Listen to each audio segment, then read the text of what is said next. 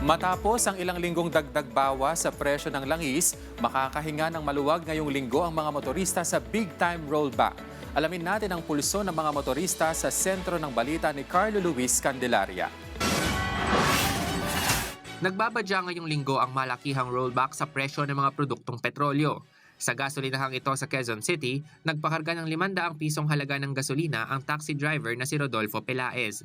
Ayon sa kanya, tinatyaga niya lang ang pagbiyahe sa gitna ng mataas na presyo ng langis. Kaya naman excited na siyang magpa-full tank sa Martes. Mas maganda kung bawasan talaga nila para medyo bumababa yung gasolina. Para sa akin makakatulong yun, medyo malaki-laki ang bawas yata sa Martes eh. Ang motorcycle taxi rider naman na si Philip, nagpakarga ng gasolina kaninang umaga at ayon sa kanya, kinailangan niyang mag-extend ng biyahe para makapag-uwi ng maayos na kita simula nang tumaas ang presyo ng langis. Kaya naman ikinatuwa niya ang balita patungkol sa nakaambang rollback.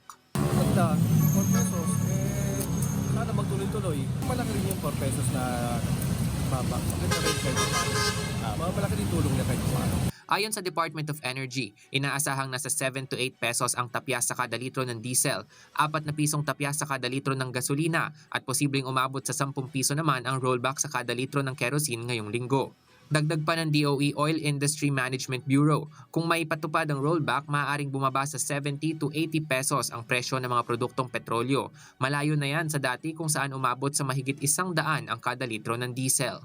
Dulot umano ito ng naging magandang pronouncement ng mga negosasyon sa pagitan ng US at Iran kaugnay ng tensyon sa gitnang silangan. Unless magbago ho ang sitwasyon sa peace talk, hindi malayo ho na bumalik ulit tayo sa ganong sitwasyon as before. Samantala patuloy na pinalalawak ng Department of Energy ang 10 pesos per liter na fuel subsidy nito para sa mga jeepney at UV Express drivers. Maaaring mag-avail ang mga eligible na tsuper ng hanggang 1,500 pesos na subsidiya kada linggo sa loob ng 3 buwan. Ang maganda hong balita dito, tuloy-tuloy ho ang 10 peso implementation ho natin.